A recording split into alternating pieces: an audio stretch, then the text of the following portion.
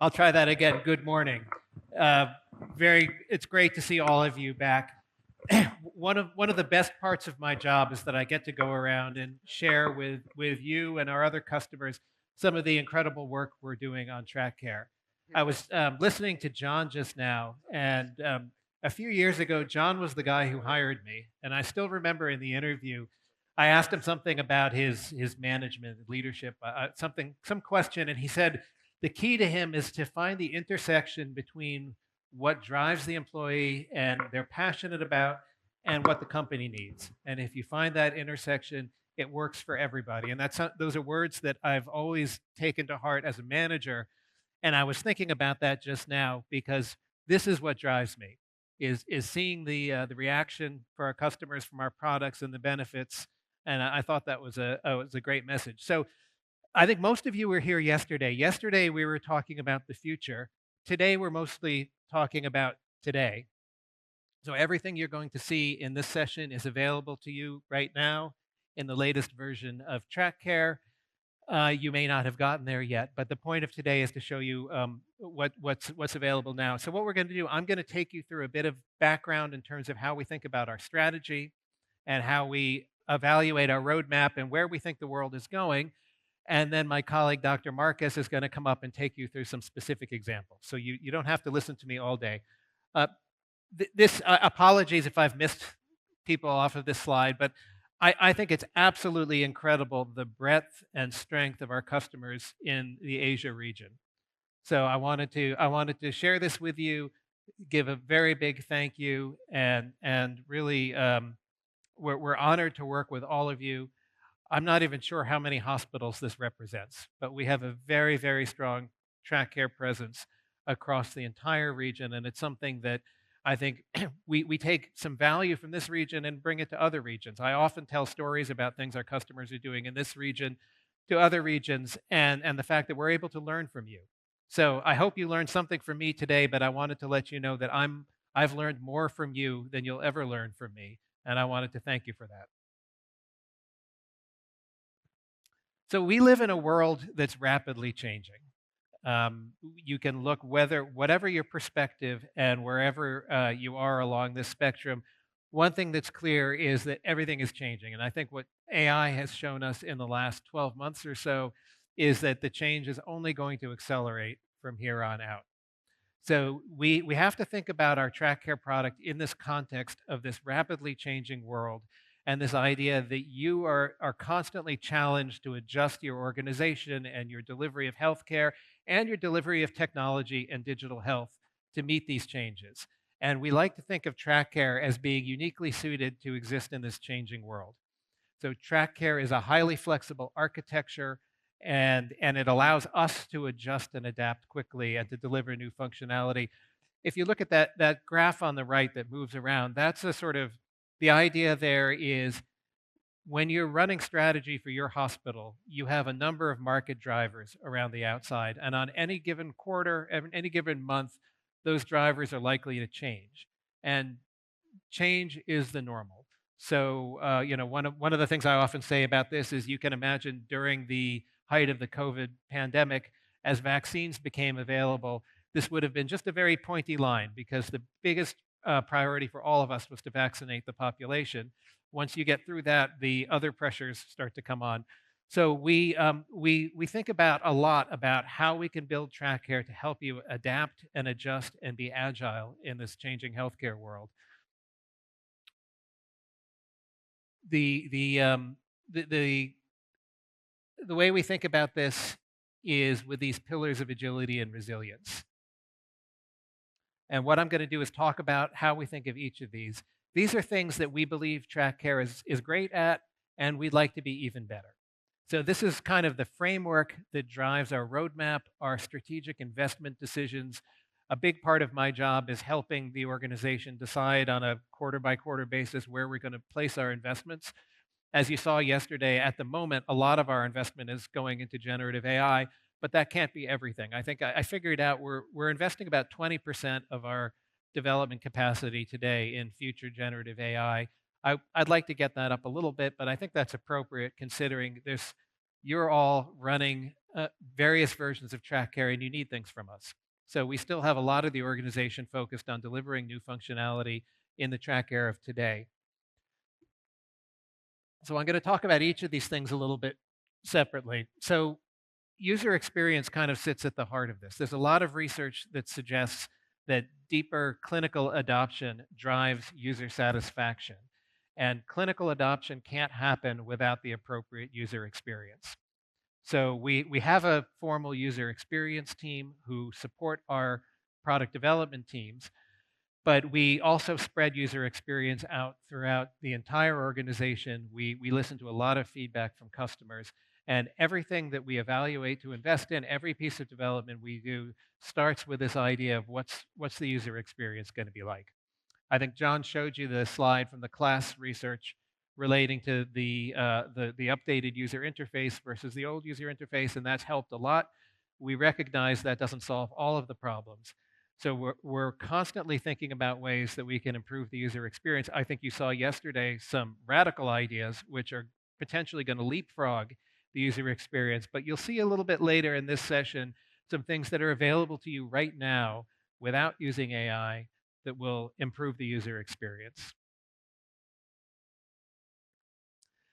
I think I said yesterday, and I'll say it again because I like saying it. TrakCare is the most open and interoperable EHR in the world.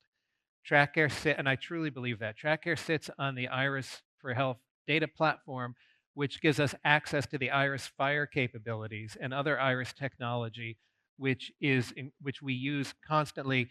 We think of interoperability from day one. I mean, if you think about the history of InterSystems, InterSystems is a data company first and foremost, but an interoperability company very closely after that. Everything that we design is designed with interoperability in mind. We firmly believe that FHIR is the future of interoperability.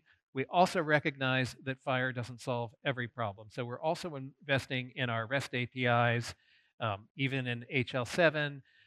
And we recognize that TrakCare doesn't exist in a vacuum. We exist in an organization that has a lab system and a CRM system and maybe SAP for some of the revenue cycle. There's hundreds and hundreds of systems in our ecosystem, and we can't solve every problem for every customer. Even within the traditional EMR realm, we recognize that there are various circumstances and that there's things that we choose not to invest in that you may have a departmental best of breed system that you want to integrate with, and we try and make it easy for you. One of the things that's a little bit unique about TrakCare is we don't meter the access to these integrations. You pay for EPR connectivity and you get access to all of the data. It's your data after all, and you can take it and use it, and we like to help you. And from a product development and design philosophy, we're constantly thinking about interoperability and how everything we do relates to that world that's outside of the TrakCare world. In terms of innovation, we think of this in two ways. We think of this as the innovation that we do, but also, and possibly more importantly, it's the innovation that you do. So we've talked about, are you already ready? And with TrakCare, you actually are. That's the TrakCare is storing your data, normalized, terminology appropriate. You've got discrete data that you can share using the Iris interoperability capabilities. There's a whole bunch of partners that we work with. There's a few of them listed up at the top, but that's not, of course, the entire list. And you're the I think the using as a using TrakCare to drive your hospital operations puts you in a very good position to be ready for AI. You're also ready for other things. So a few years ago, we released what we called the TrakCare Innovation Toolkit, which was a standalone Docker container that you could install, connect to TrakCare, and use it to fast track your FHIR journey. The idea of the Innovation Toolkit was lower all of the bars to get started with FHIR. So it worked so well that we actually brought all that code into TrakCare. So we don't talk about the Innovation Toolkit anymore. We refer to it as the Innovation Framework. And that's this idea that with TrakCare and Iris together, we can very quickly expose your data via FHIR, HL7, the REST APIs, and open the door for you to innovate. And we've seen this.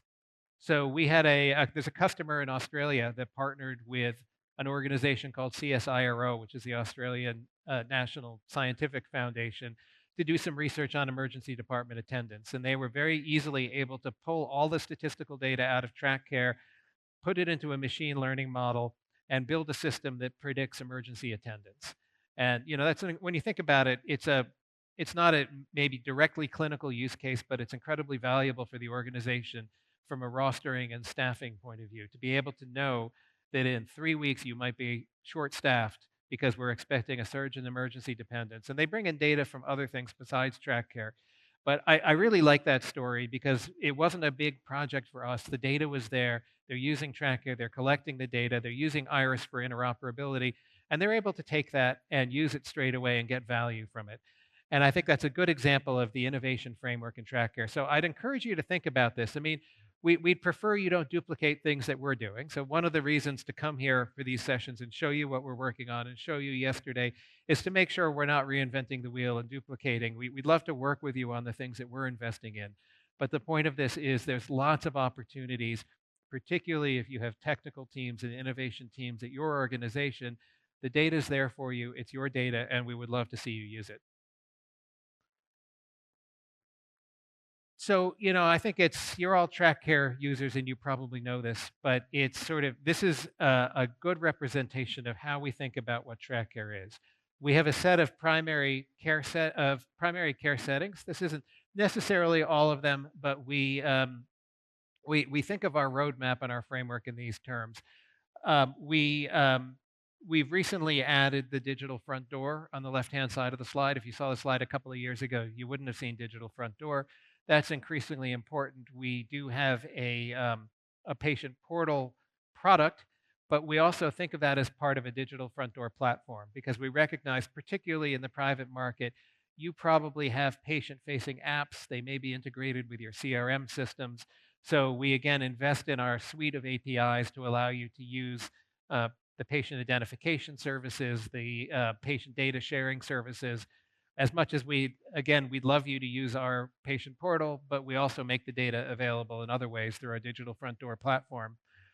Um, a couple of other things to highlight on this slide, I think, is the accessible aspect. TrakCare is one of the few global EHRs that's purely browser-based. So anywhere your users have access to a browser and a secure connection to the server, you can access TrakCare. There's no middleware, there's no client-side technology to install.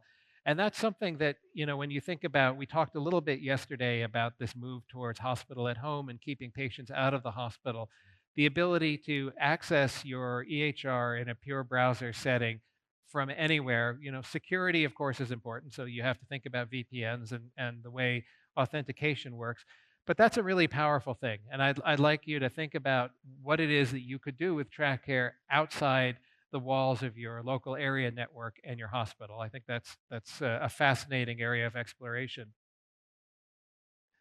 One of the big changes we've made in the last year or two was to move to this continuous release cycle.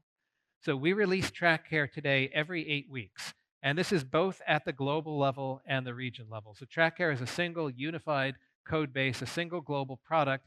Configuration and content happens in regions. And I'll talk in just a moment about our region here. But the product is released every 8 weeks. These are cumulative releases. So you don't need to take every release. We typically recommend 2 to 3 releases a year as a good balance. But we did this because I heard a lot of feedback from customers that if prior to this, we released once a year, and you might upgrade every 2 years, and you're taking an enormous amount of code and change into your environment. It's a huge investment, a lot of testing effort, a lot of training and documentation to consume these releases. By making TrakCare available every 8 weeks, you now have the power to decide how to best use your resources. Most customers tell me that they would rather take smaller bits of functionality more frequently than once a year, every 2 years. You can still apply a release once a year if that fits your organization. It's not what we recommend. And going back to the very beginning of the talk, thinking about this world of massive change and the need for agility, this really supports that. From a developer point of view, one of the most frustrating things as a developer is to build something new and then have to wait for 2 years to see somebody using it.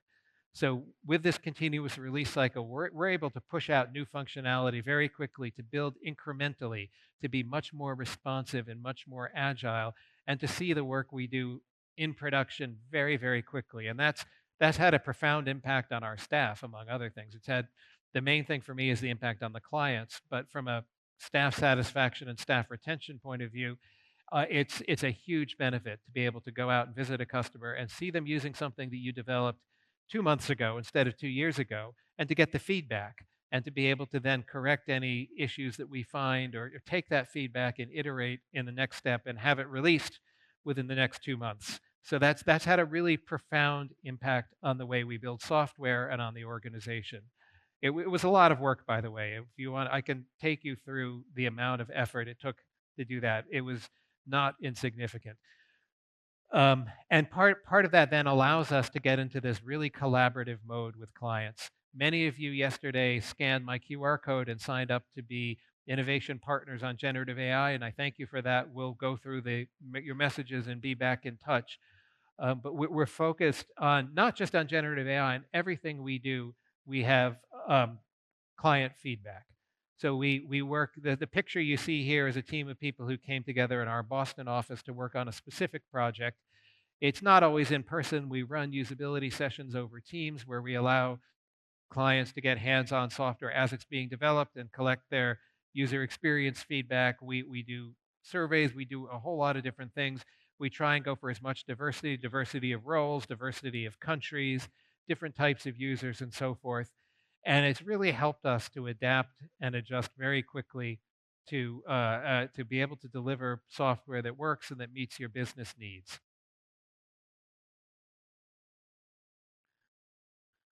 So I'm going to bring up to the stage my colleague, our physician executive from our Bangkok office, Dr. Marcus Ang. Before Marcus comes up, let me just to set the scene a little bit. So I mentioned we have this global code base and we have a strong regional local product. So our product leader is Mr. Lang Yi, who's based in our Singapore office. He's a pharmacist and he leads our local product organization. So he's put together a lot of the configuration that Dr. Marcus is going to show you. Dr. Marcus, many of you know, he works on our clinical team. I think, between Lang Yi and Dr. Marcus, you see a very strong commitment to local presence, local clinical expertise, helping to inform our configuration and content and drive the product. The first thing Marcus is going to share with you, I believe, is the TrakCare Assistant. And I just wanted to say a few words before I hand over to Dr. Marcus. So the TrakCare Assistant is available today, and it's when everyone hears the word assistant, they immediately think AI. And so the point I want to make to you before you see it is it's not AI, and that's a good thing for you. It's a good thing because you can use it right now without worries about data governance and how to integrate AI into your organization, and all of the things that come with AI. It's we set out to build the assistant. We set a kind of challenge to the teams, saying, what can we do to radically improve the user experience for 80% of the work our users do? So we recognize there's always going to be 20% of the work you do that needs certain very specific high levels of expertise, very detailed work in the product. But we also recognize that 80% of the time of what you do in TrakCare is fairly repetitive. So how can we make that easier? Make the EMR sort of fade back into the background. It's something we're really excited about. There's no additional license. It's the configuration Marcus will show you is a single tick box. It's very easy to adopt. We think it's very intuitive to use. It's something we're incredibly proud of. So I'll let Dr. Marcus take this through, but thank you very much.